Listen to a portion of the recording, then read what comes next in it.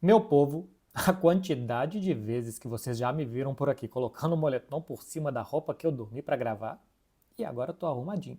Como a gente diz lá em Minas, parece que foi fazer exame, teve que colocar roupa boa. Porque acho que isso acontecia com alguma frequência, a pessoa quando ia fazer algum exame, tinha algum compromisso mais importante, ela colocava a melhor roupinha que ela tinha.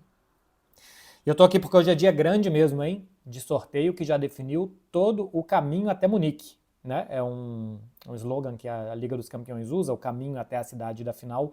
Então todo mundo já sabe qual caminho precisará fazer até chegar a grande decisão na Allianz Arena em Munique. Eu vou passar pelos 8 confrontos, com alguma coisa de histórico entre eles, algumas curiosidades, e um pouco mais de detalhes, um pouquinho só mais de detalhes no Barcelona-Benfica, mas a minha ideia é analisar com um pouco mais de calma, mais perto do jogo. E já que deu Atlético de Madrid e Real Madrid, o Atlético de Madrid joga 2 vezes contra o Barcelona em março.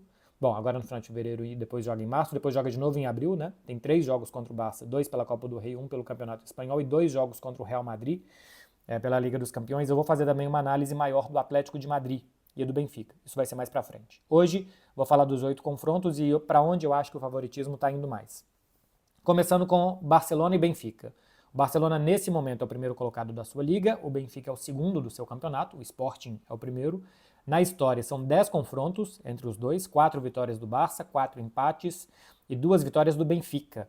Uma vitória do Benfica na final de 1961, é chamada a Final das Traves, aconteceu em Berna, na Suíça. As traves ainda eram retangulares, tipo trave de handball, e o Barcelona, naquela oportunidade, chutou 4 bolas nas traves. Depois do jogo, inclusive, um dirigente do Barcelona pediu que não se utilizasse mais traves retangulares. Elas deixaram de ser tão comum, mas só em 1987 é o último jogo que se tem registro, um jogo da seleção brasileira. Se eu não estou enganado, Brasil e Escócia, mais de 25 anos depois. Enfim, o Benfica já ganhou uma final de Copa da Europa naquela época, né? Mas de Liga dos Campeões em cima do Barcelona em 61. E a outra vitória do Benfica sobre o Barça foi em 2021, 3-0, com um grande jogo de Darwin Núñez, de Rafa Silva, contra aquele Barcelona do Koeman, que quase foi demitido naquela noite, resistiu um pouquinho mais para cair depois de um jogo contra o Raio Vallecano. O Barcelona tinha Ter Stegen, Piqué, Eric Garcia, Ronald Araújo, jogou com 3 zagueiros, Sérgio Roberto na ala esquerda, Sérgio Roberto na direita, Serginho Deste na esquerda, Busquets e Frenkie de Jong, os dois volantes, com Pedri de enganche de camisa 10, Memphis e Luke de Jong. Era o time do Barcelona. Entrou no segundo tempo Gavi, Ansu Fati, Coutinho. Era um Barcelona que hoje tem muito mais cara, né? Assim, porque Pedri, Gavi, Ronald Araújo, o tempo fez eles evoluírem. E Eric Garcia ainda está aí no time também. E outros já eram um fim de ciclo maior. Enfim, 3-0 para o Benfica naquela oportunidade. Em outras 4 vezes o Barcelona venceu, contando na temporada atual. E na temporada 91, 92, quando foi campeão, e 2005, 2006, quando foi campeão também, o Barça passou pelo Benfica nessas 2 temporadas. O jogo da temporada atual, como eu disse aqui para vocês no pós-jogo, foi um jogo ruim, foi um 5-4 emocionante, mas caótico, não foi um bom jogo de futebol. O Barcelona faz 5 gols sem fazer os gols que ele quer produzir, né, de tocar por dentro, atrair o adversário, lançar a bola para os seus atacantes e aí levar vantagem. Ele não conseguiu fazer isso. O Benfica foi muito bem para destruir o jogo do Barça. E eu acho que em jogo, naquela oportunidade, o Benfica ganhou do Barcelona. É porque a postura do Benfica pós 4-2 eu acho que é muito ruim de voltar muito. Porque sempre que o Benfica ia, ele levava. Sempre que ele avançava, sempre que ele arrancava, sempre que ele colocava intensidade para atacar, ele tinha prêmio e normalmente chegava cara a cara e quase sempre marcava naquele jogo. Os 4 gols do Benfica me parecem muito mais com jogadas construídas do jeito que o Benfica quer, o segundo gol menos, né, porque é aquela lambança do Chesney contra o Baldé, mas os outros gols têm mais cara do que o Benfica queria fazer, do que os 5 gols do Barcelona tinham cara do que o Barça pretendia. É um gol de pênalti bobo em cima do Baldé, o segundo gol, a bola bate na cabeça do Rafinha. O terceiro gol não é pênalti em cima do Lamine Yamal. O quarto gol é um cruzamento na área com muita gente por conta de escanteio, uma excelente bola do Pedri. E o quinto gol é um contra-ataque. Fora as polêmicas de arbitragem. Para mim, naquele jogo, não é pênalti em cima do Lamine Yamal, é pênalti em cima do Aktürkoğlu e não é pênalti no último lance do jogo. Então, para mim, tem um erro de arbitragem, que é o pênalti em cima do Lamine Yamal, de mais grave, né? Assim, tem lá e cá no jogo, erros aqui e ali. Mas o pênalti do Lamine Yamal era o menos marcável para mim, é um penaltizinho, é uma mãozinha no ombro que não é o suficiente para derrubar, eu não sou a favor de penaltizinhos. Assim como o lance do último lance do jogo, que gera o quinto gol do Barcelona, também acho que é um penaltizinho, tem um contato, que acho que o jogador do Benfica espera, deixa o corpo para receber o contato, também acho que não é.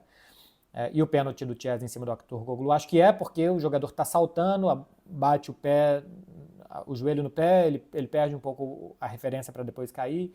Enfim, aquele ali eu acho que é mais pênalti. Para mim o erro foi do Lamine Yamal, os outros dois eu acho que a arbitragem acertou. Mas a partida terminou muito quente, com confusão no túnel, enfim, o Barcelona vai para a luz para enfrentar um inferno. Os jogos lá são muito difíceis, o Benfica é muito intenso. É um time de duas caras, o Benfica. Às vezes faz grandes jogos e às vezes não. Mas eu acho que para os grandes jogos é um time que se prepara, que o ambiente em Lisboa fica muito, muito aceso. E não vai ser fácil para o Barça, tá? É melhor o Benfica do que o PSG. Não tem nenhuma dúvida. Paris Saint-Germain é um time de uma evolução muito boa nessa temporada, com encaixe de jogo de ataques em muita velocidade, que é muito ruim para a defesa alta do Barcelona. Um time que pressiona muito forte e também não é bom para o Barça, porque muitas vezes tem dificuldade de sair de pressão forte. Então o Paris Saint-Germain por encaixe não era bom para o Barcelona, não. O Benfica é bem melhor. Mas não é um adversário qualquer. Tinha outros adversários aqui, o Clube Brugge, os holandeses, que eram mais acessíveis nessas oitavas de final. Mas é melhor do Benfica do que o PSG. O Barcelona fez 5 gols sem jogar bem, imagina se jogar, então assim, tem pontos positivos. Tem o fator Pavlidis, que até aquele jogo contra o Barça tinha 6 gols em 29 partidas na temporada, e contando o jogo do Barcelona de lá para cá, ele tem 10 gols em 8 jogos, é aquela história do ketchup, né? Que não sai até que quando começa a sair, não para mais, você lambuza completamente a sua pizza, desculpem paulistas.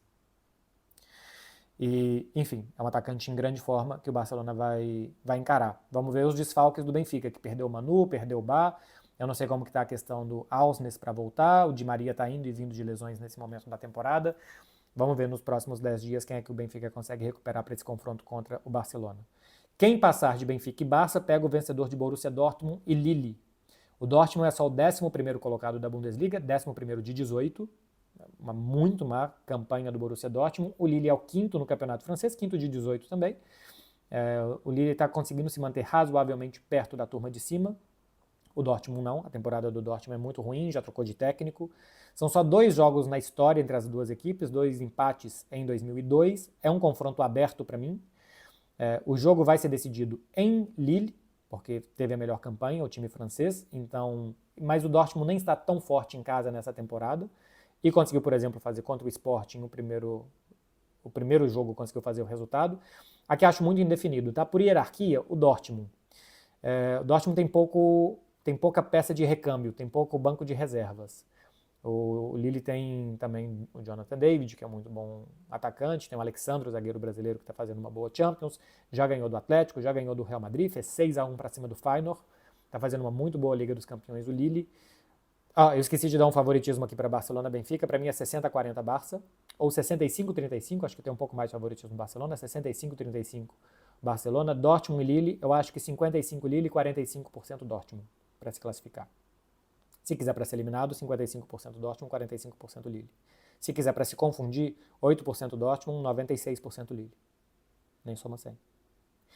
Bayern de Munique e Bayer Leverkusen. Tem uma coisa, quando são confrontos nacionais, e a gente tem aqui o Dortmund, o Bayern contra o Leverkusen, o Real Madrid contra o Atlético de Madrid, nos confrontos nacionais, normalmente é melhor para o time pior.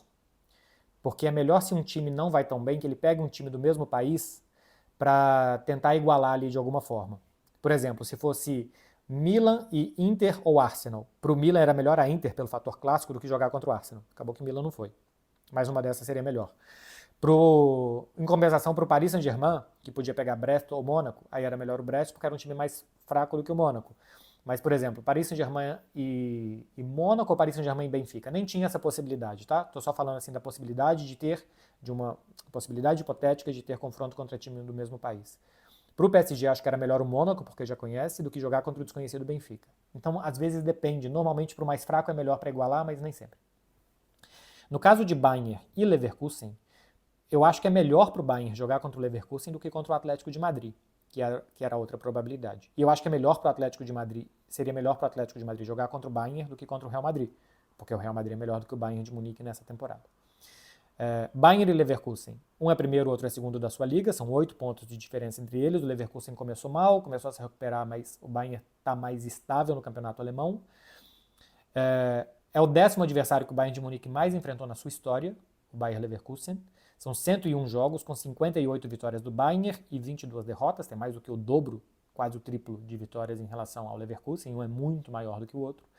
Nos últimos 10 jogos, no entanto, 3 vitórias para cada lado e 4 empates. Só que as 3 vitórias do Bayern estão do 6º jogo para baixo.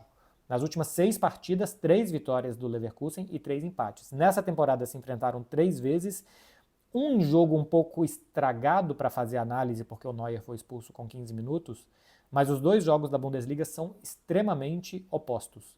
O primeiro jogo teve um empate por 1-1, que o Bayern de Munique foi muito melhor. Se bobear, foi o grande jogo do Bayern nessa temporada.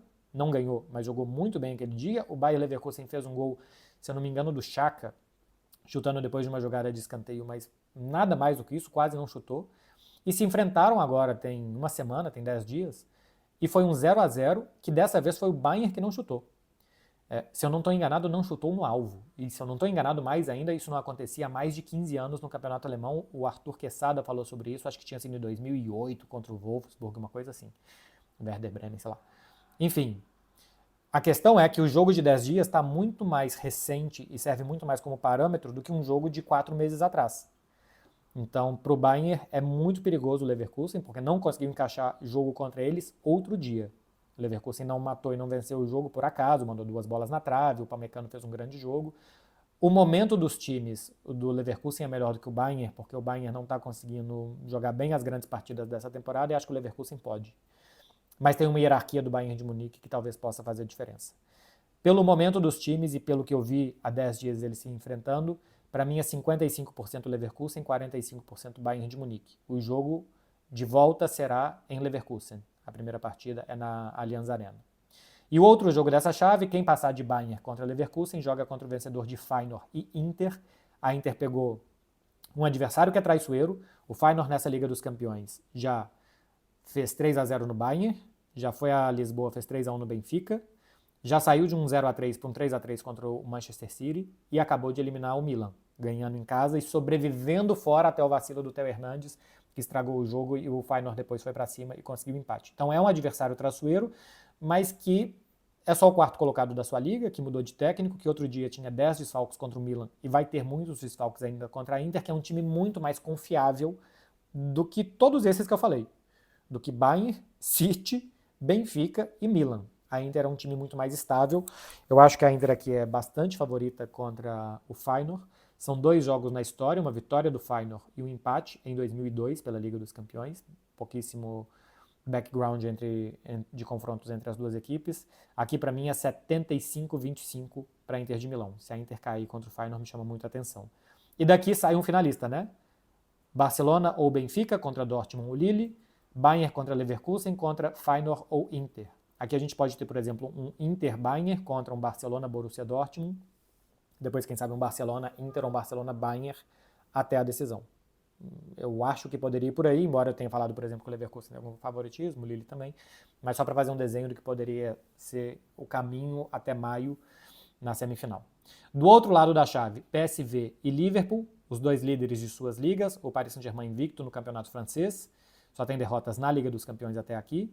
O Liverpool é o primeiro colocado da Premier League, tem uma derrota só na Premier League, na Liga dos Campeões perdeu com as reservas contra o PSV e já perdeu um jogo também na Copa da Inglaterra, né? Foi eliminado. São 4 jogos na história, 2 vitórias para cada lado, jogos recentes, inclusive o Neymar chegou a fazer um grandíssimo jogo em Anfield, um jogo de primeira fase, que o Paris Saint-Germain começou mal, precisava jogar bem em Anfield e vencer, e o Neymar foi muito bem naquele dia. Lembro bem desse jogo, o Mbappé acho que acabou marcando, mas o Neymar foi o nome da partida. Paris Saint-Germain é um time de muito crescimento, pelo que fez contra Manchester City, Stuttgart e contra o Brest conta menos, mas cara, meteu um 10-0 no agregado, muitos jogadores diferentes marcando, os caras compraram a ideia do Luiz Henrique, é um time muito coletivo, todo mundo está remando na mesma direção, isso faz muita diferença, e um momento esquisito do Liverpool, né, que está ganhando jogos com dificuldade, empatou com o Aston Villa agora 2-2, com o Davi Nunes perdendo um gol sem goleiro, tinha ganhado do Wolverhampton 2-1 que o Liverpool abriu um 2-0 fácil e parecia que o jogo depois era uma mera burocracia, e o Wolverhampton lá de baixo da tabela diminuiu e complicou muito a vida do Liverpool no segundo tempo. Teve uma certa psicose do Liverpool na segunda etapa, teve empate com o Everton. Não é o melhor momento do Liverpool na temporada e é o melhor momento do Paris Saint-Germain na temporada. E essas coisas contam muito. A decisão é em Anfield. Isso também pode contar a favor do Liverpool, levar o jogo para sua casa na segunda partida. Aqui eu dou algum favoritismo para o Liverpool só pela continuidade, por ter testes mais fortes durante a temporada. A gente já viu o Liverpool mais testado do que o PSG, é o problema de sempre do Paris Saint-Germain, né? De ter poucos testes no futebol francês. Embora, por exemplo, ele jogue contra o Lille, que está aqui nas oitavas de final, ele jogue contra o Brest, contra o Mônaco, os 4 franceses chegaram até o mata-mata e o Paris Saint-Germain está invicto na sua liga. Para mim aqui é 60-40 Liverpool. É bastante equilibrado, com um pouquinho mais para o Liverpool. Quem passar esse confronto pega o vencedor de Clube Brugge contra Aston Villa. Clube Brugge é o segundo do campeonato campeonato belga, está a 8 pontos do Ghent, que é o primeiro colocado, e o Aston Villa é o 9º colocado na Premier League. Existe um confronto entre essas duas equipes na história, e aconteceu nessa temporada. Se enfrentaram em novembro pela Liga dos Campeões e o Clube Brugge venceu por 1-0 o Aston Villa. O Clube Brugge não é um time bobo não, tá? Ganhou do Atalanta, complicou contra o Manchester City, ganhou do Aston Villa, acho que ganhou da Juventus também, numa rodada anterior. É um time duro de se enfrentar, o Clube Brugge, essa temporada, do que a gente está vendo até aqui. O Aston Villa do Unai Emery é muito competitivo, decide em casa. Acho que o Unai Emery é um técnico feito para competições de mata-mata, muito melhor do que pontos corridos, embora em pontos corridos ele tenha levado o Aston Villa até a classificação na Premier League, entre os 4 primeiros da classificação para a Liga dos Campeões, mas é um técnico feito mais para mata-mata, aqueles Sevilhas dele que sempre ganhava a Europa League, o Villarreal que chegou à semifinal de Liga dos Campeões. O Aston Villa com algumas mudanças no ataque, né? Saída do John Duran para o futebol árabe, chegada do Rashford, enfim, é um time que se movimentou na janela de transferências de inverno, e o jogo é decidido no Villa Park, em Birmingham. Para mim é favorito o Aston Villa, mas não é, por exemplo, a distância que eu acho de Inter e Feyenoord, ou do que eu vou falar daqui a pouco de PSV e Arsenal, que para mim são os mais desequilibrados, porque o Clube Brugge dá trabalho. Para mim aqui é 65-35 a favor do Aston Villa. É a vantagem que eu vejo para o time inglês. PSV e Arsenal, vou deixar Atlético de Madrid e Real Madrid por último. PSV e Arsenal, os dois são segundos colocados dos seus campeonatos. O PSV é o segundo, o primeiro é o Ajax, o Arsenal é o segundo, o primeiro é o Liverpool na Premier League. O Arsenal é o time fora da Holanda que o PSV enfrentou mais vezes na sua história. São 10 confrontos com 2 vitórias do PSV, 4 empates e 4 vitórias do Arsenal. Se enfrentaram 4 vezes nas 2 últimas temporadas, isso que é interessante, não são 2 times tão diferentes assim. 2022-23, uma vitória para cada lado na Europa League. E na temporada passada, se enfrentaram na fase de grupos da Liga dos Campeões. O Arsenal venceu em casa por 4-0, empatou fora de casa por 1-1. O PSV é um time forte em casa, mas vai decidir no Emirates. O Arsenal tem um problema imenso das lesões dos atacantes, né? Já foi o Gabriel Jesus, o Saka, o Kai Havertz, está aparecendo no Aneri, que parece realmente que é muito bom. Vamos ver quanto que ele ainda consegue mostrar e evoluir, porque é um jovem, tende a oscilar, mas é uma muito boa novidade.